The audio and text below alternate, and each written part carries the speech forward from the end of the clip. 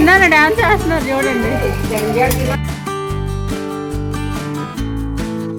నమస్తే అండి.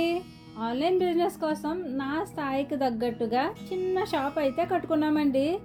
ఈ షాపు దేనికోసం కట్టామో ఎందుకు కట్టామో ఈ వీడియోలో మీకు షేర్ చేస్తాను. నా క్షేమాన్ని కోరుకునే నా శ్రేయోభిలాషులందరికీ ఈ వీడియో చాలా బాగా నచ్చుతుందండి. ఎందుకంటే మీలో చాలామంది నేను ఇల్లు కట్టుకోవాలని బ్లష్ చేస్తున్నారు. ఇల్లు కట్టుకోలేకపోయినా కనీసం ఇల్లు కట్టుకోవడానికి హెల్ప్ అయ్యే షాప్ అయినా కట్టుకున్నందుకు మీరు సంతోషిస్తారని ఈ వీడియో మీకు షేర్ చేస్తున్నాను. మా ఇల్లు రోడ్డు పక్కనే ఉంటుందండి. రోడ్డుకి మా ఇంటికి మధ్య చిన్న ఖాళీ స్థలం ఉంటుంది. ఆ ఖాళీ స్థలంలోనే చిన్న షాప్ కట్టుకున్నాము. రోడ్డు పక్కనే ఇల్లు ఉన్న వాళ్ళకి అడ్వాంటేజెస్ ఉంటాయి, డిసడ్వాంటేజెస్ కూడా ఉంటాయండి. అడ్వాంటేజెస్ ఏంటంటే రోడ్డు పక్కనే ఉన్న స్థలానికి మంచి డిమాండ్ ఉంటుంది. మన ఓపికని బట్టి రోడ్డు పక్కన చిన్న తాటాకులు పందిరేసుకొనైనా తాటి ముంచిలో, తాటి తీగలో, కూరగాయలో, కొబ్బరి బండాలో, పూలో, పళ్ళో ఏ ఒకటి పెట్టుకుని చిన్న వ్యాపారం చేసుకోవచ్చు. లేదంటే షాపులు కట్టుకొనైనా ఓన్గా రన్ చేసుకోవచ్చు. లేదంటే ఆ షాపులు రెంట్లకైనా ఇచ్చుకోవచ్చు. షాపులు కట్టుకునే అంత సీన్ లేదనుకుంటే లీజ్కైనా ఇచ్చుకోవచ్చు. ఇలా రోడ్డు పక్కనే ఉంటే ఎలా అయినా సరే బ్రతికేయచ్చు. ఇక డిసడ్వాంటేజెస్ ఏంటంటే డ్రైనేజీ కన్స్ట్రక్షన్స్ జరిగినా లేదంటే రోడ్డు ఎక్స్ట్రాగా పెంచాల్సి వచ్చినా రోడ్డు పక్కనే ఉండే ఇల్లు ఎలా ఉంటుందంటే విక్రమార్కుడు సినిమాలో అరగుండు కొట్టినట్టు ఉంటుందండి పరిస్థితి.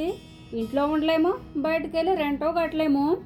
ప్రస్తుతానికైతే మేముండేది ఓ మాదిరిగా పల్లెటూరే కాబట్టి ఇప్పట్లో రోడ్డు నిర్మాణాలు ఏవి జరిగే అవకాశం లేదని తెలుసుకొని ఈ షాప్ కట్టుకోవడం అయితే స్టార్ట్ చేసామండి. లక్కీ ఏంటంటేనండి మేము ఇల్లు కట్టుకున్న తర్వాత డ్రైనేజీ కట్టారండి. ఒకవేళ మేము ఇల్లు కట్టుకోకుండా ఉండుంటే గనక డ్రైనేజీ ఇంకా లోపలికి కట్టేసాను అనమాట. ఈ ప్లేస్లో షాప్ కట్టాలంటే పక్కనే డ్రైనేజీ ఉందండి. అందుకని ఫస్ట్ ఆ డ్రైనేజీ క్లోజ్ చేయడానికి సిమెంట్ బల్లలు వేయించాము. అవి వేయించి ఓ వారం రోజులు బాగా ఆరిన తర్వాత డ్రైనేజీపై వేసి డ్రైనేజీ క్లోజ్ చేసేసాము. బ్యాక్గ్రౌండ్లో మీకు వేరే షాపులు కనిపిస్తున్నాయి కదండి, వాళ్ళు కూడా ఇలానే డ్రైనేజీపై సిమెంట్ బల్లలు వేసి డ్రైనేజీ క్లోజ్ చేసి ఆ తర్వాత రేకుల షెడ్లో వేసుకున్నారు. కాకపోతే మా వెనుకున్న వాళ్ళకి కొంచెం లోపలికి ప్లేస్ ఉందండి. మాకు మాత్రం వెనక్కి జరిగే అవకాశం లేక ఈ చిన్ని ప్లేస్లోనే కట్టుకున్నాము. డ్రైనేజీని అలా క్లోజ్ చేసేస్తే ఫ్యూచర్లో డ్రైనేజీ క్లీన్ చేయడానికి ప్రాబ్లం అవుతుంది కదా అని మీరు అనుకోవచ్చు. మేము గోడ ఎంతవరకు ఉందో అంతవరకు మాత్రమే క్లోజ్ చేసామండి. మా ఇంటి ముందు ఉన్నది మాత్రం ఓపెన్గానే ఉంచాము. ఒకవేళ అది కూడా క్లోజ్ చేసేసినా డ్రైనేజీ క్లీన్ చేయడానికి వీలుగా ఓపెన్ చేసుకునేలాగే ప్లాన్ చేస్తాము. అయినా పెద్ద పెద్ద మ్యాన్ హోల్స్, సెప్టిక్ ట్యాంక్సే క్లీన్ చేస్తారు. వాటితో పోలిస్తే ఈ డ్రైనేజీ క్లీన్ చేయడం పెద్ద కష్టమేమీ కాదనుకుంటున్నాను. ఒకవేళ మేమున్న ప్లేస్లో డ్రైనేజీ బ్లాక్ అయితే కనుక దానికి పూర్తి బాధ్యత మేమే వహిస్తాము. అంటే మేమే క్లీన్ చేసుకుంటాము. మనసుంటే మార్గం ఎలాగో ఉంటుంది కదండి. ఇక్కడ కనిపించే ఈ రేకుల ఇల్లు మాదేనండి. ఆ ఇంటి గోడకి సపోర్ట్గానే ఈ షాప్ ఉంటుంది. మా ఇల్లు కట్టుకొని 7 సంవత్సరాలు అవుతుందండి. 7 సంవత్సరాల క్రితం ఆ రేకుల ఇల్లు కట్టుకోవడమే అతి కష్టం మీద కట్టుకున్నామండి. అందుకే ఇంటి చుట్టూ ప్లాస్టింగ్ చేయించలేదు. సంవత్సరం క్రితం ఇంటి ముందు ప్లాస్టింగ్ చేయించాము. మొన్న సంక్రాంతికేమో ఇంటికి అటువైపున ఉన్న గోడకి ప్లాస్టింగ్ చేయించాము. ఇప్పుడు ఇటువైపు గోడ వైపు షాపు కట్టాల్సి వచ్చింది కాబట్టి ఇన్నాళ్ళ తర్వాత ఈ గోడకి కూడా ప్లాస్టింగ్ చేయించాము. అలా గోడ ప్లాస్టింగ్ అయిపోయిన తర్వాత షాప్ కోసం రేకులు వేయడానికి ఐరన్ రాడ్స్ని ఫిక్స్ చేశారు. ఆ తర్వాత సగం వరకు ఇలా గోడ కట్టారు. ఈ షాపు కట్టేటప్పుడు నాకైతే వీడియో తీయడానికి కూడా ఖాళీ లేదండి. ఈ షాపు కట్టే టైంలోనే నాకు ఎక్కువగా ఆర్డర్స్ వచ్చేవి. ప్రోడక్ట్స్ రెడీ చేసుకోవడం, ఆర్డర్స్ తీసుకోవడం, బుక్ చేసుకోవడం అస్సలు ఖాళీ ఉండదు కాదు.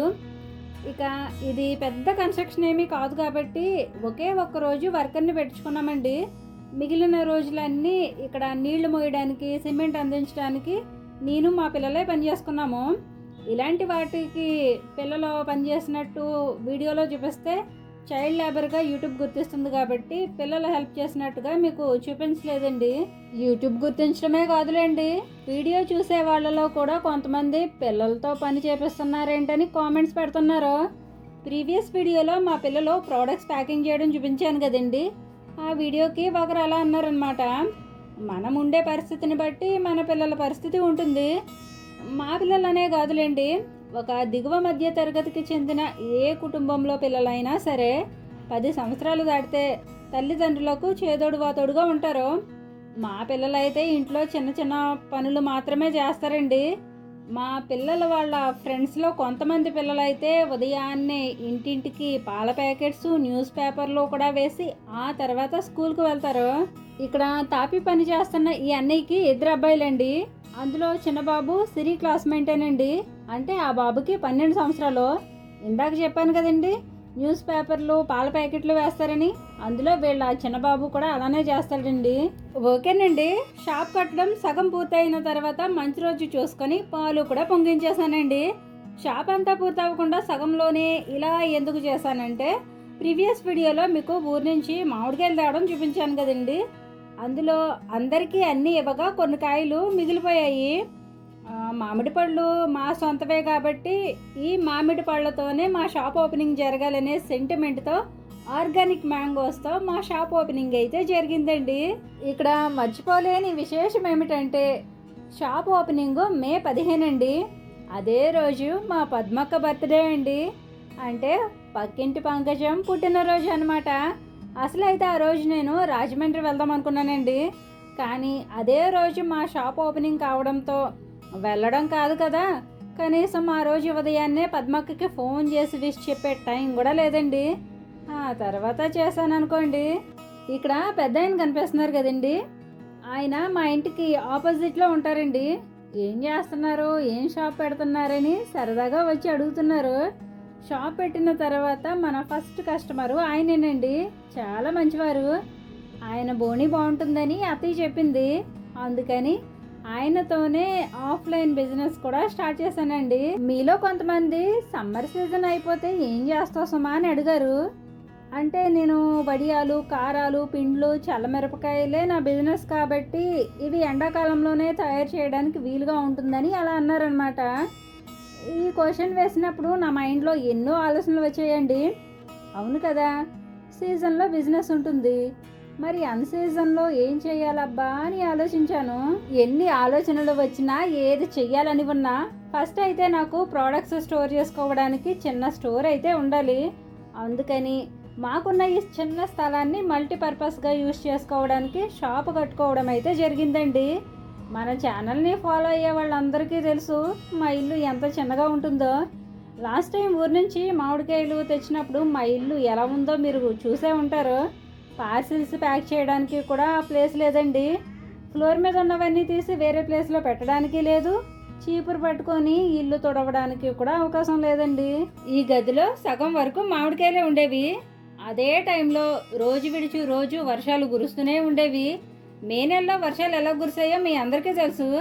అదే టైంలో నాకు చాలా ఇబ్బందిగా ఉండేదండి. మేము అటు ఇటు తిరగడానికి ఈ మధ్యలో ప్లేసే ఉండేది. పార్సిల్స్ ప్యాక్ చేసే వరకు ఇవన్నీ ఇలా కిందనే పెట్టుకోవాలి. వర్షం వస్తే గ్రిల్స్లోంచి వర్షం లోపలికి వచ్చేస్తుంది. దానివల్ల ప్రోడక్ట్స్ పాడయ్యే ఛాన్స్ ఉంటుంది.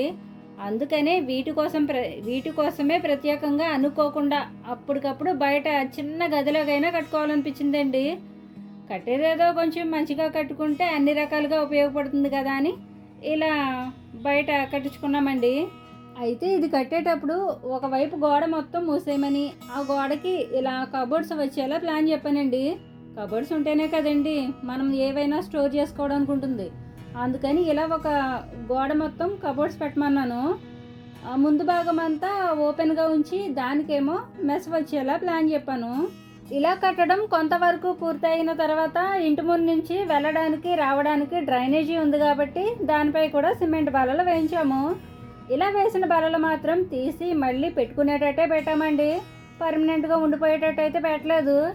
అసలే మేమంటే అభిమానం ఉన్న ఎవరో ఇక్కడ ఏదో మేము షాపింగ్ కాంప్లెక్సో పెద్ద షోరూమో కట్టేసినట్టు మా ఊరి సచివాలయంలో మా మీద కంప్లైంట్ ఇచ్చారటండి. దానివల్ల 2-3 వారాలు పని ఆగిపోయింది. లేదంటే ఈ షాప్ కట్టడం నెలలోనే పూర్తయిపోనండి. అదేంటోనండి, ఎప్పుడో ఉదయం 10 గంటలకు నిద్ర లేచి 11 గంటలకు పళ్ళు తోముకునే వాళ్ళు కూడా ఒకరు ఎదుగుదలను చూసి తట్టుకోలేరు.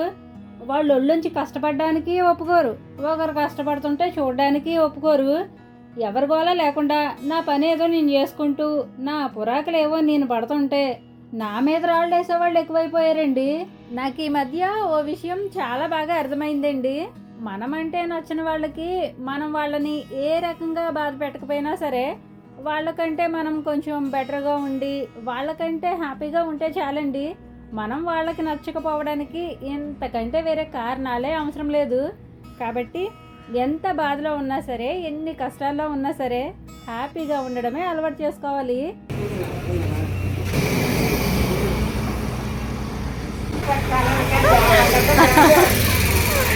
మా చిన్న డాన్స్ చేస్తున్నారు చూడండి. చెక్క చెక్క చెంచక్క అంట బాగుంది.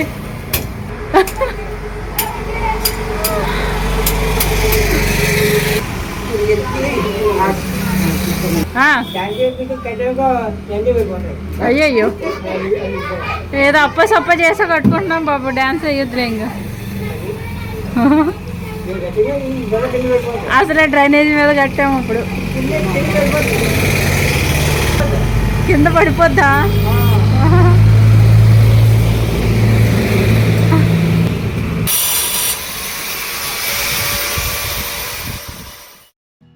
ఇందాక మీకు పిల్లలో పని చేయడం గురించి మాట్లాడాను కదండి.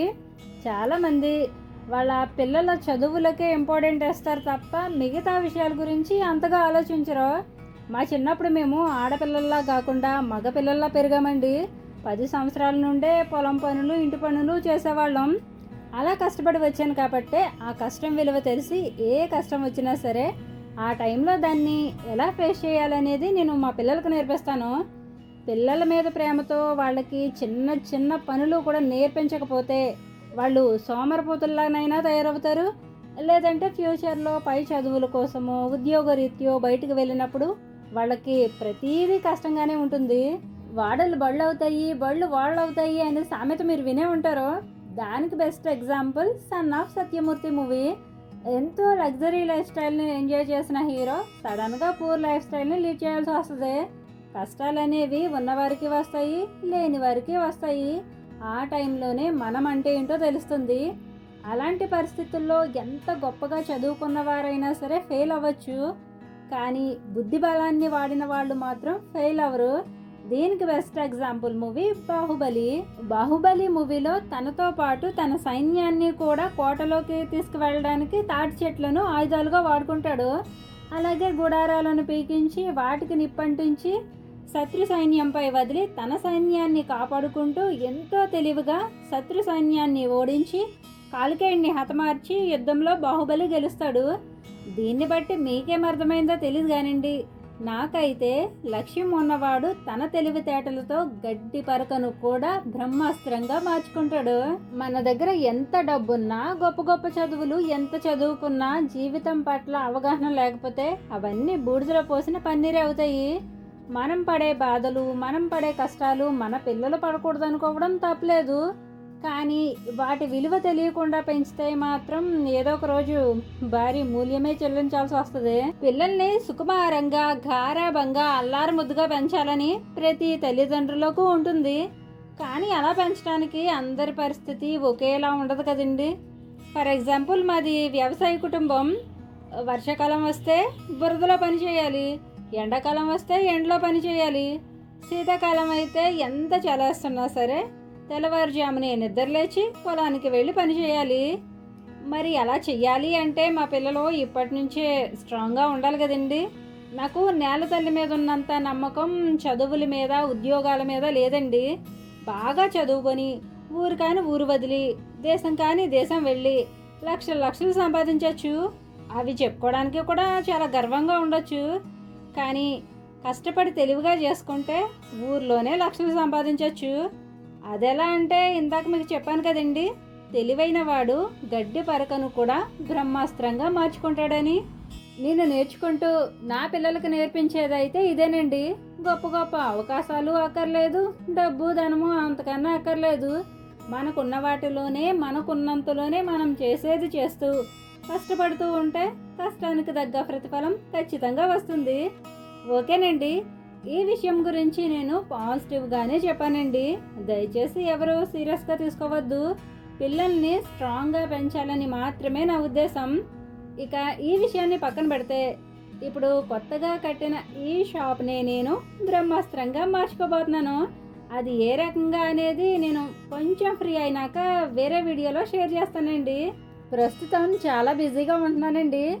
అందుకే పెట్టే ఒక వీడియో కూడా లాస్ట్ సండే పెట్టలేకపోయాను. థర్స్డే అయినా పెడదాం అనుకుంటే ఆ రోజు కూడా కుదరలేదు. మే నెలలో ఆర్డర్ పెట్టుకున్న వాళ్ళందరికీ మీ ఆర్డర్స్ లేట్ చేసినందుకు క్షమిస్తారని వేడుకుంటున్నాను.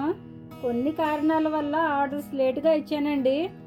అందులో మొదటి కారణం వర్షాల వల్ల ఉన్న స్టాక్ అయిపోయి మళ్ళీ స్టాక్ రెడీ చేద్దామంటే రోజు విడిచి రోజు వర్షాలు కురుస్తూనే ఉండేవి. మే నెలలో వర్షాలు ఎలా కురిసాయో మీకో తెలుసు. అందుకే ఎండ లేక ప్రోడక్ట్స్ తయారు చేసుకోవడానికి అంతరాయం కలిగింది. అర్థం చేసుకుంటారని ఆశిస్తున్నాను. ఇక ఈ షాపు చూడడానికి మరీ అంత గొప్పగా అనిపించకపోవచ్చండి, కానీ నాకు మాత్రం ఇలా కట్టుకున్నందుకు చాలా హ్యాపీగా అనిపించింది. షాప్ మొత్తం పూర్తయిపోయిన తర్వాత ఆ భగవంతుడికి ఎన్నిసార్లు థ్యాంక్స్ చెప్పుకున్నానో నాకే తెలియదు. మా ఇల్లు కట్టుకునేటప్పుడు ఎంత హ్యాపీగా ఫీల్ అయ్యానో అంతకంటే ఎక్కువగా ఈ షాప్ కట్టుకున్నప్పుడు ఫీల్ అయ్యాను. ఆ సంతోషాన్ని అయితే నా మాటల్లో చెప్పలేనండి. షాప్ కట్టడం మార్చి 7వ తారీఖున స్టార్ట్ చేసామండి. మార్చి 7వ తారీఖున స్టార్ట్ చేస్తే మే 23కి పూర్తయింది. అంటే షాప్ కట్టడానికి 2 నెలల టైం పట్టింది. ఒకవేళ మధ్యలో న్యూసెన్స్ లేకపోయి ఉంటే 1 మంత్లోనే అయిపోయినండి. ఫైనల్గా షాప్ మొత్తం కట్టిన తర్వాత ఎలా ఉందో చూసేయండి. ఈ షాప్ ఎప్పుడు కట్టారో గుర్తుగా ఉండడానికి ఫ్లోర్ మీద షాప్ కట్టిన డేట్ ఇలా రాశానండి. ఒకవేళ కొత్తగా ఎవరైనా ఈ వీడియో చూస్తున్నట్టయితే నేను ఆన్లైన్ ఫుడ్ బిజినెస్ చేస్తున్నానండి. నా దగ్గర ప్రోడక్ట్స్ అన్నీ పరిశుభ్రంగా ఇంట్లోనే తయారు చేస్తామండి. ప్రోడక్ట్స్ కోసం డీటెయిల్స్ తెలుసుకోవాలనుకుంటే స్క్రీన్ మీద కనిపిస్తున్న వాట్సాప్ నెంబర్కి కాంటాక్ట్ అవ్వచ్చు. ప్రస్తుతం గుమ్మడి వడియాలు, చల్లమిరపకాయలు తప్ప మిగతా ప్రోడక్ట్స్ అన్నీ అందుబాటులోనే ఉన్నాయండి. ఇక మే నెలలో పిల్లలు ఇంటి దగ్గర ఉంటారు కాబట్టి మా వీధి పిల్లలందరూ ఇందులోనే అష్టాచెమ్మ ఆడుకుంటూ ఎంజాయ్ చేసేవాళ్ళు. ఈ వీడియో తీస్తున్నప్పుడు కూడా ఆడుకుంటూ ఉన్నారండి. నేను వీడియో తీస్తున్నానని సైడ్ అయిపోయారనమాట. ఓకేనండి, నాకున్నంతలో లక్కీగా రోడ్డు పక్కన చిన్న ఖాళీ స్థలం ఉండడంతో ఉపాధి కోసం ఇలా సింపుల్గా చిన్నగా కట్టుకున్నామండి. వర్షాకాలంలో ఇబ్బందిగా ఉంటుందని సమ్మర్లోనే ఇలా కట్టేసుకున్నామండి. ఎంత సింపుల్గా కట్టుకున్నా సరే ఇలా కట్టుకోవడానికి కూడా 80,000 వరకు మాకు ఖర్చు అయిందండి.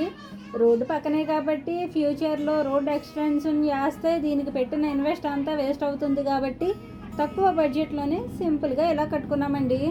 ఓకేనండి, రోడ్డు పక్కనే ఇలా కట్టుకున్నాం కాబట్టి వ్యాపార పరంగా ఆఫ్లైన్లో ఏమేమి చేస్తే బాగుంటుందో మీకు తోచిన సలహాలు ఏమైనా ఇవ్వగలరని ఆశిస్తూ ఇవాల్టి వీడియో ఇంతేనండి. మరి కొత్తగా కట్టుకున్న ఈ షాప్ చూడడానికి మీకు ఎలా అనిపించిందో మీ అభిప్రాయాన్ని కామెంట్ చేసి మీకు ఈ వీడియో నచ్చితే తప్పకుండా లైక్ చేయండి. మరో మంచి వీడియోతో మళ్ళీ వస్తాను. ఉంటానండి. నమస్తే.